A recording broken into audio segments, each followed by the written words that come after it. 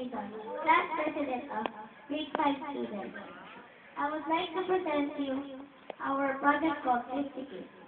It's all about non-bio and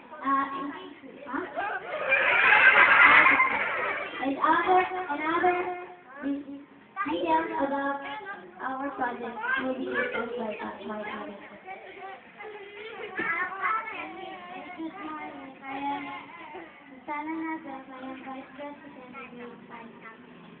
Sabi ko lang, layunin ng aming proyekto ay makasama lahat kami sa field trip upang lalo pang magdadagan ng aming kaalaman at sa maraming kaalaman sa aming bansa at sa iba pang maraming bagay. Good morning. I am Lizzie Anong Tulungan, Secretary of Grade 5. Our project is to collect non-biodegradable materials. Non-biodegradable materials that do not decay. Ibig sabihin ang mga bagay na hindi natutulog katulad ng plastic at papel. Hi, I am Rachel St. Peter. I'm president of Grade 5 students.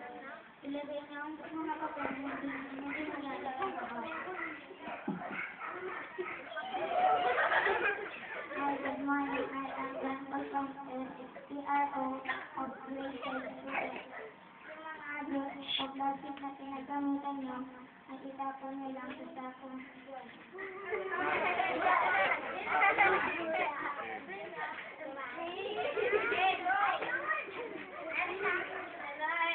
Ay, mag-mic.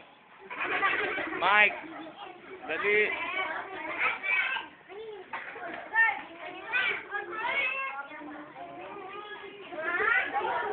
Dali na.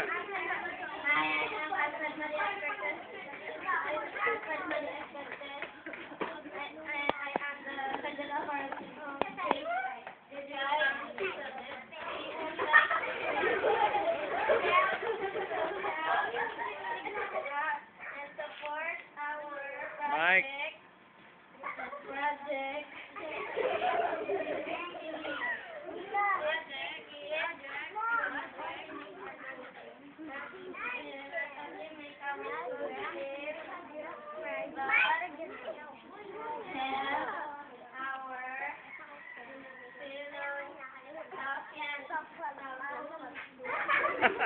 Nano ka na?